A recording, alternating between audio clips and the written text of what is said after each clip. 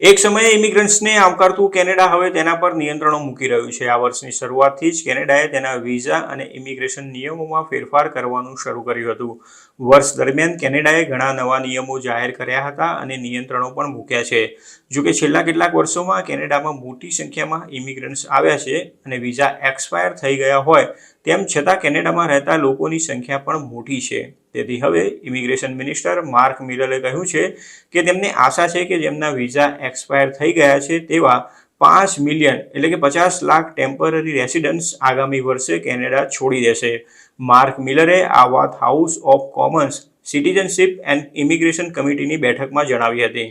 Conservative MP Tom મીકે ઇમિગ્રેશનને લઈને mark મિલરને ઘણા આકરા પ્રશ્નો કર્યા હતા। તેમણે માર્ક મિલરને એવા 4.9 મિલિયન ટેમ્પરરી વિઝા હોલ્ડર્સ વિશે પ્રશ્ન કર્યો છે જેમના વિઝા અને પરમિટ એક્સપાયર થવા જઈ રહી છે અને સરકારને કેવી રીતે ખબર પડશે કે કેટલા લોકો કેનેડા છોડી દેશે। તેના જવાબમાં માર્ક મિલરે જણાવ્યું હતું કે કેટલાક વિઝા એવા હશે જે ટેમ્પરરી છે અને તેને રિન્યૂ કરવામાં નહીં આવે।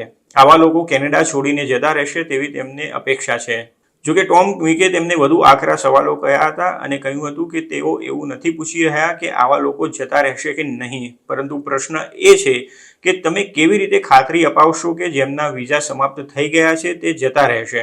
ફક્ત સ્ટડી પરમિટ ધરાવતા લોકોની સંખ્યા 7,66,000 છે અને ડિસેમ્બર 2025ના અંત સુધીમાં તેમના વિઝા એક્સપાયર થઈ જવાના છે। ઇમિગ્રેશન ડિપાર્ટમેન્ટ કેવી રીતે ખાતરી કરશે કે જે લોકોની સ્ટડી પરમિટ પૂરી થઈ જશે તે કેનેડા છોડીને જતા રહેશે? આ અંગે માર્ક મિલરે જણાવ્યું હતું કે તેઓ અપેક્ષા રાખી રહ્યા છે કે આ પરમિટ હોલ્ડર્સ સ્વૈચ્છિક રીતે કેનેડા છોડી દેશે અને ફેડ્સ કેનેડિયન બોર્ડર સર્વિસીસ એજન્સી એટલે કે CBSA સાથે મળીને ઇમિગ્રેશન કાયદાનું ઉલ્લંઘન કરનારાઓની તપાસ અને તેમની સામે કાર્યવાહી કરશે।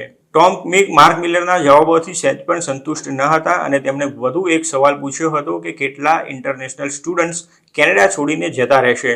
શું તમે CBSAને તમામ 7.66 લાખ ઇન્ટરનેશનલ સ્ટુડન્ટ્સની પાછળ લગાડી દેશો? આ અંગે મિલરે ખુલાસો કર્યો હતો કે વિઝા સમાપ્ત થઈ ગયા હોય તેવા સ્ટુડન્ટ માટે બીજા કેટલાક વિકલ્પો પણ છે। કેટલાક સ્ટુડન્ટ વિઝા કે પછી પરમિટ રિન્યૂ કરાવશે, જ્યારે કેટલાક students post graduate work permit મેળવશે જેનાથી તેઓ કેનેડામાં રહી શકે છે। સરકાર આ બાબતનું મોનિટરિંગ કરવા માટે CBSA સાથે મળીને કામ કરશે।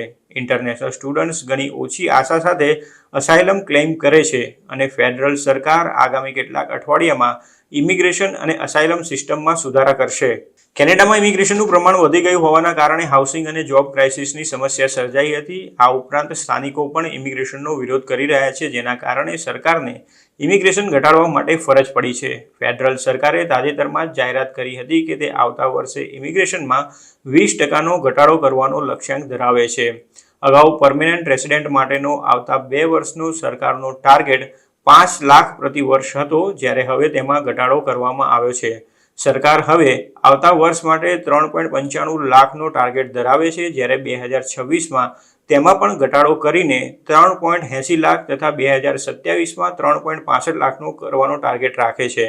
ફેડ્સ 2026ના અંત સુધીમાં ટેમ્પરરી રેસિડન્ટ્સની વસ્તી 5% ઘટાડવાની પણ યોજના ધરાવે છે।